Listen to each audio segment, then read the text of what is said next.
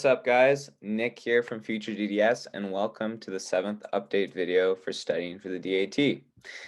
I can't believe time is going by so quickly. It's already been 7 weeks, but there's still 2 weeks remaining, and they feel like they're going to be so long. Before we get in with the rest of the video, if you guys want to get a little discount when you're purchasing your own DAT Bootcamp program, make sure to use the code FutureDDS at checkout.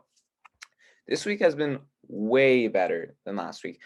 I lived up to the goal that I set for myself to just put my head down and do my work. And so time went by a lot quicker, and I feel like I learned a lot more too. I also didn't compare myself with other people by looking at websites like Student Doctor Network or Reddit for DAT breakdowns, and I felt way less anxious this week. So if I were going to give advice, regarding that, it would be not to check those websites for how practice scores compared to real test scores, because it seems to be all over the place and you're only going to stress yourself out doing it. So this is the week where it's only been practice tests, and I actually really enjoy it. I'm someone who loves taking tests, but not necessarily studying for them.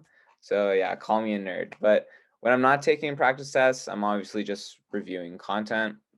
I started using DAT Destroyer again, just for extra practice problems, and I found it to be a nice change of pace, because you're just using an actual booklet and not staring at a screen.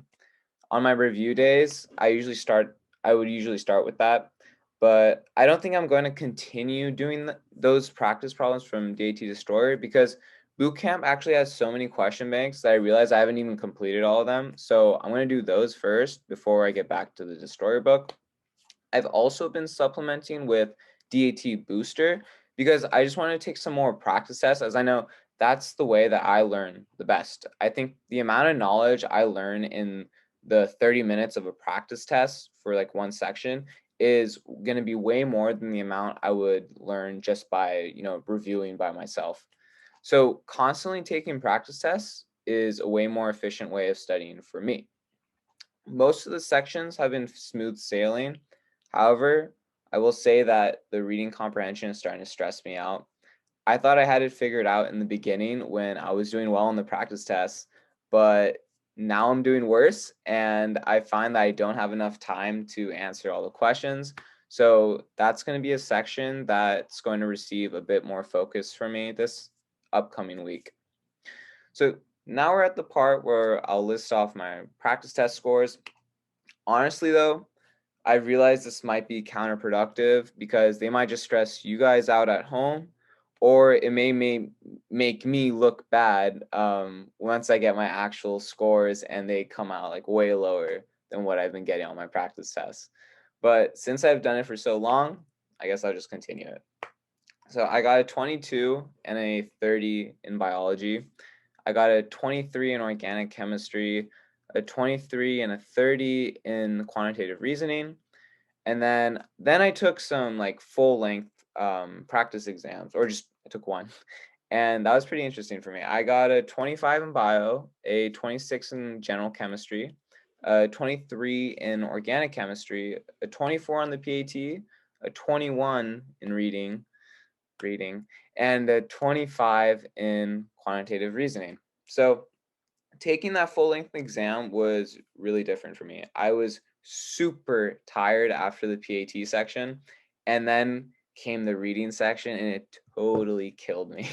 I didn't take a break between those two sections, so maybe that's the reason. But I'm definitely going to utilize the break like on test day. The organic chemistry and reading sections are going to receive a lot more attention from me this week. So I talked about the reading section, but I know in general that my organic chemistry knowledge is not as strong as my general chemistry knowledge right now.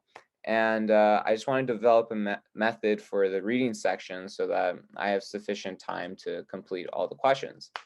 So with that being said, that's going to be the end of my update video for this week. Don't forget to hit the like and subscribe button. And if you want to be notified when we upload new content, and if you want to follow along with this series, make sure to hit the notification bell. If you have any questions for us at FutureDDS, just DM us on Instagram @_FutureDDS, and we'll try to reply as soon as possible. And we'll see you all in the next update video.